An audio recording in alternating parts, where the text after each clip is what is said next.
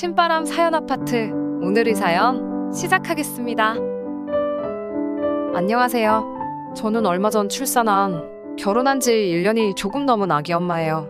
건강한 아들을 낳고 한참 행복할 줄 알았던 시기에 저는 매일매일 공포영화를 찍는 기분이었어요. 지금도 그때 일만 생각하면 등골이 오싹하고 소름이 끼쳐요. 저는 동네에서 작은 서점을 운영하고 있어요. 일주일에 한 번 책을 좋아하는 사람들끼리 모여 책에 대한 토론도 나누고요. 남편은 그 모임의 회원들 중 한 사람이었어요. 한 번은 비가 엄청나게 쏟아지던 날이었어요. 그래서인지 그날따라 남편을 제외하고 아무도 모임에 나오지 않았더라고요. 그래서 저와 남편 단둘이서 토론을 하기 시작했어요. 그런데 이야기를 하다 보니 취향도 성향도 너무 비슷하고 잘 맞더라고요. 2시간 정도면 끝났어야 하는 토론을 우리는 4시간이 넘도록 이어갔고 그날 이후로 자연스럽게 연인 사이로 발전하게 되었지요. 남편은 항상 밝고 주변 사람들에게 너그러운 사람이었어요. 그래서 그 주변은 늘 사람들이 넘쳐났지요. 하지만 그런 그도 가끔은 소위 동굴에 들어간다고 하나요? 뭔가 알 수 없는 슬픔에 빠져 있는 경우가 있었어요. 한 번은 도대체 왜 그러냐고 물어본 적이 있는데 언젠가 자기가 준비가 되면 말해주겠다고만 하고 털어놓질 않더라고요. 그러다 결혼 이야기가 나오고서야 그 이유를 들을 수 있었어요. 그건 바로 남편의 죽은 남동생에 관한 것이었지요. 남편에게는 원래 쌍둥이 남동생이 있었다고 해요. 15초 차이로 태어난 남동생은 남편에게는 하나뿐인 형제이자 가장 친한 친구였고 그래서 가장 소중한 사람이었대요. 둘은 고등학교를 졸업한 후 나란히 서울에 각자가 목표하던 대학에 합격을 했고 축하하는 의미로 같이 여행을 떠났다고 해요. 마지막 여행지에서 서울로 올라오던 날 둘은 늦잠을 자는 바람에 기차를 놓쳤고 즉흥적으로 두 사람은 버스를 타게 되었는데 버스 기사님이 졸음 운전을 했고 그로 인해 큰 교통사고가 나서 남편은 크게 다치고 남동생은 목숨을 잃게 되었다고요. 그래서 좋은 곳에 가거나 좋은 음식을 먹거나 하면 죽은 남동생에게 미안한 마음이 들기도 하고 그런다고 하더군요. 그동안 그래서 남편이 상념에 빠졌다고 생각하니 기다리지 못하고 답답하게 생각했던 제 자신이 못나게 느껴졌어요. 저는 비록 남동생의 자리를 내가 다 메꿀 순 없겠지만 내가 당신에게 가장 좋은 가족이자 친구가 되어주겠다며 이제 그 슬픔에서 벗어날 수 있도록 같이 노력해보자고 말했어요. 남편은 제 말에 감동한 눈치였고요. 그렇게 저희들은 조금씩 결혼 준비를 시작했어요. 사실 남편에게 그런 개인적인 상처가 있는 것을 제외하곤 저희 둘의 결혼 준비에 큰 문제는 없었어요. 남편도 저도 비슷한 학벌이었고 벌이도 비슷했거든요. 모난 것 없이 둥글둥글하게 굴러가는 모양새였어요. 그렇게 시간이 흘러 상견례를 얼마 남기지 않은 어느 날이었죠. 어머님의 생신을 축하하기 위해 식사를 하게 되었는데 그 자리에서 조금 충격적인 일을 겪었네요. 남편 이름은 효준인데 어머님이 자꾸 효진아라고 부르시는 거예요. 사실 저번에 배웠을 때도 이상하다 생각했는데 그땐 내가 잘못 들었겠지 생각하고 넘겼거든요. 그런데 이번에도 또 효진이라고 부르시는 게 아니겠어요. 이상하다 싶어서 귀 기울여 들어보니 효준이라고도 하셨다가 효진이라고도 하셨다가 왔다 갔다 하시더라고요. 식사를 마치고 제가 남편에게 왜 어머님이 자꾸 당신을 효진이라고도 부르고 효준이라고도 부르냐고 묻자 남편이 흠칫 놀라더니 씁쓸한 표정으로 효진이는 죽은 동생 이름이라고 하더라고요. 솔직히 아무리 아들이라지만 죽은 사람인데 그 이름을 자꾸 부른다는 게 좋게 들리지는 않더라고요. 남편은 어머님의 입장을 옹호라도 하고 싶었던 건지 엄마는 내 안에 효진이도 살아있다고 생각하시기 때문에 이름도 불러줘야 된다고 생각하시는 것 같아. 그리고 나도 내 안에 효진이가 살아있다고 생각하니까 괜찮더라고요. 하지만 결혼할 입장에서는 그게 그렇게 좋게 안 들리더라고요. 내 남편은 박효준이지 박효진이 아니잖아요. 하지만 이 가족에게는 제가 이런 의문을 제기하는 것만으로도 큰 상처가 될 수도 있겠다 싶어서 더는 따져묻지 않았습니다. 그런데 그날 이후로 이런 미묘하게 소름 끼치는 일들을 자꾸 발견하게 되더라고요. 상견례 당일날 저희 가족 셋의 남편 가족도 셋이기에 총 6명의 자리를 예약했는데요. 예약된 룸에 들어선 어머님이 자릿수를 세시더니 종업원을 불러 의자를 하나 더 놔달라고 하시더라고요. 저는 설마 싶었지만 차마 말은 꺼낼 수가 없어서 가만히 있었는데 아무것도 모르시는 저희 어머니가 의자가 불편하시냐고 물어보시더라고요. 그러자 어머님은 얼굴에 은은한 미소를 띄우시면서 저희 둘째 아들 자리가 빠져서요. 라고 대답하시는 거예요.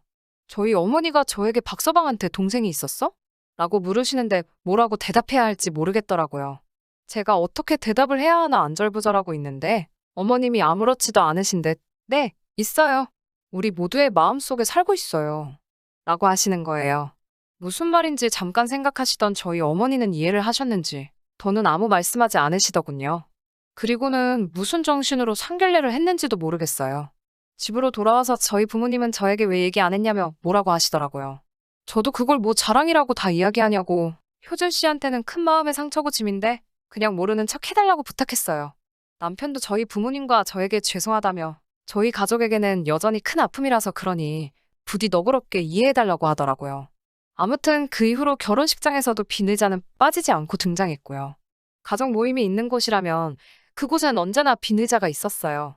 심지어 식장에서 찍은 가족 사진에 어머님은 죽은 도련님 고등학교 졸업식 사진을 오려 붙여놓으셨더라고요. 그 사진을 본 날은 저도 무섭고 소름이 끼쳐서 남편한테 제발 저것 좀 어떻게 치울 수 없냐고 울며불며 사정을 했어요. 하지만 남편은 이러지도 저러지도 못하더라고요. 그냥 당신이 조금만 더 이해하면 안 되겠냐고요. 웨딩드레스를 입은 저와 턱시도를 입은 남편, 그 앞에는 한복을 차려입은 시부모님이 계시고 그 옆에 가위로 오려 붙인 죽은 도련님이라니 지금 이 글을 쓰는 순간에도 등골이 오싹해요. 그리고 결국 남편이 어머님의 뜻을 꺾지 못했기에 그 사진은 지금도 시댁 거실에 떡하니 걸려있네요. 하지만 더욱 더 충격적인 건 이번에 제가 임신을 하면서 겪은 일이에요. 결혼 후 사실 1년 정도는 신혼을 즐길 생각이었는데 계획과 달리 아이가 빨리 생겼어요. 놀랍기도 하고 당황스럽기도 해서 양가 어른들에게는 알리지 않고 있었는데 친정 어머니가 눈치를 채셨더라고요. 아무래도 식성도 달라지고 제가 좀 예민해졌나 보더라고요. 친정 부모님은 저에게 아무것도 신경 쓰지 말고 몸조리만 잘하라고 하셨어요. 그리고 얼른 시부모님께도 말씀드리라고 하셨고요. 사실 시부모님이 제가 벌써 아이가 생겼다고 하면 어떻게 생각하실지 왠지 부끄러운 생각이 들어서 더욱 말씀을 드리지 못하고 있었거든요. 저는 조심스레 전화를 드려서 제가 지금 임신 중이라고 전했어요. 생각 이상으로 어머님, 아버님 모두 기뻐하셔서 저도 정말 행복했어요. 그리고 며칠 뒤 시어머니께서 양손 가득히 음식과 여러 가지 물건들을 챙겨오셨더라고요. 제가 어머님 이게 다 뭐예요라고 애교스럽게 여쭤봤지요. 그러자 이건 우리 효진이가 잘 먹던 거고 이건 우리 효진이가 어렸을 때 좋아하던 책이라고 하시며 죽은 도련님 이야기를 또 하시는 거예요. 솔직히 처음에는 어머님이 이름을 헷갈리신 게 아닐까 싶어서 효준 씨 말씀하시는 거죠? 어머님?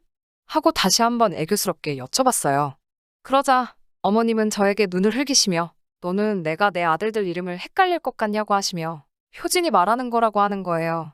제가 어머님 아무리 그래도 죽은 도련님이 좋아하던 걸 이라고 말문을 열자 어머님은 갑자기 불같이 화를 내시면서 너는 우리 효진이가 죽었다고 생각하는구나. 내가 그렇게 걔는 우리 모두 안에서 살아있다고 하는데도 너는 그렇게밖에 말을 못하냐며 정말 매정하다고 하시더군요.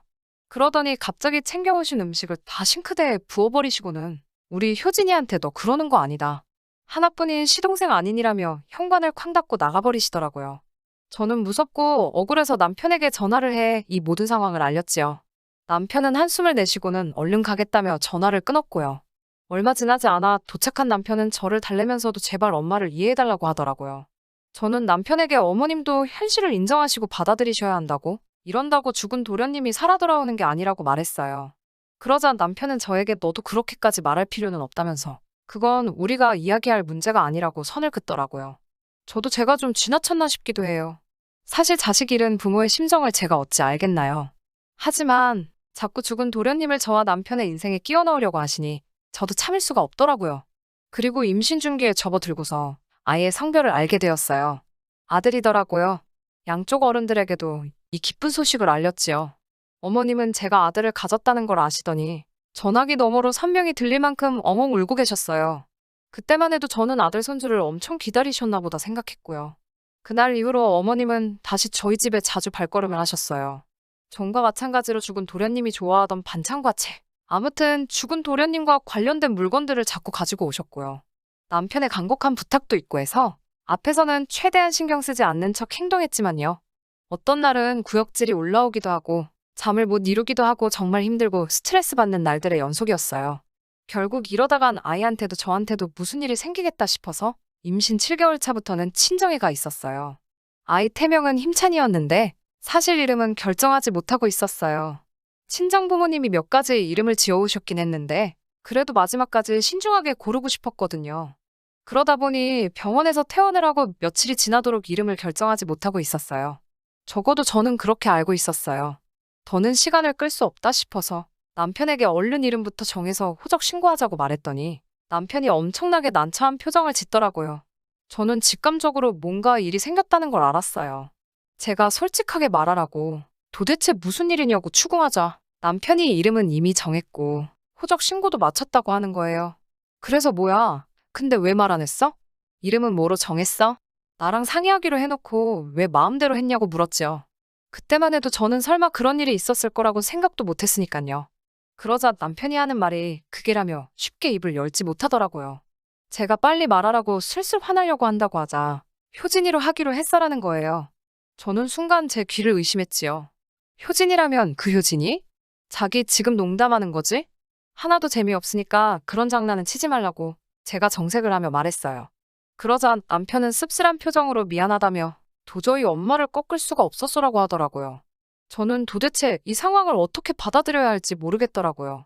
저는 결국 친정 어머니께 이 상황을 말씀드렸어요. 저희 어머니도 황당하단 반응이셨지만 그래도 저희 엄마 역시 자식 잃은 사람의 마음을 누가 감히 헤아릴 수가 있겠냐며 그래도 한번 짚고는 넣어갈 문제니 너가 어머님과 현명하게 이야기를 나눠보라고 조언해 주시더라고요. 결국 저는 그 다음날 어머님께 전화를 드렸어요. 이 모든 상황에 대해서 이야기를 나눠야 할 것 같다고요. 처음에는 도대체 뭐가 문제냐는 식으로 나오시던 어머님에게 이러시면 다시는 손주 얼굴 못 보실 줄 알라고 울음장을 놓자 고집을 한풀 꺾으시며 알겠다고 하시더라고요. 저는 아버님도 같이 나와달라고 말씀드렸어요. 모두가 모인 자리에서 저는 제가 100번 양보해서 아이 이름을 효진이로 짓는 것에 동의하겠다고 대신 어머님 아버님도 저와 한 가지 약속을 해달라고 말했습니다. 두 분 다 심리 상담을 하시고 필요하면 심리 치료도 받으시라고요. 저는 제 아들을 손주로서 사랑해 주시길 바라지 죽은 도련님의 대체로 사랑해 주시길 바라지 않는다고요. 아버님은 제 손을 부여잡고는 미안하고 고맙다며 몇 번이고 눈물을 흘리시더군요. 어머님 역시 본인도 뭐가 문제인지 알고 있지만 나마저 효진이를 잊으면 누가 기억을 해줄까 싶어서 그 끈을 놓을 수 없었다고 미안하다고 저에게 사과하시더라고요. 사실 사과를 받고자 만든 자리도 아니었고 그저 서로 조금씩 양보해서 이해할 수 있는 계기가 되었으면 했던 것뿐인데 오히려 시부모님께서 미안하다 말씀해 주시니 제 마음도 더 누그러지더라고요. 저도 그리고 하나의 엄마가 되어서 그런지 이 아이가 내 인생에서 없어진다면 나라고 더 이성적이게 행동할 수 있을까라는 자문도 해보게 되었고요. 세상 사람들이 생각하는 사이다 결말은 아닐지도 모르지만 저희 가족은 이제 조금 더 서로를 포용하고 이해할 수 있게 된 것 같아. 적어도 저는 훨씬 편안한 마음이네요. 들어주셔서 감사하고요. 좋은 하루 되시길 바랍니다. 끝까지 들어주셔서 감사합니다. 오늘의 사연은 여기까지입니다. 구독과 좋아요, 알람 설정 부탁드리고 더 좋은 사연으로 다시 찾아뵙겠습니다. 감사합니다.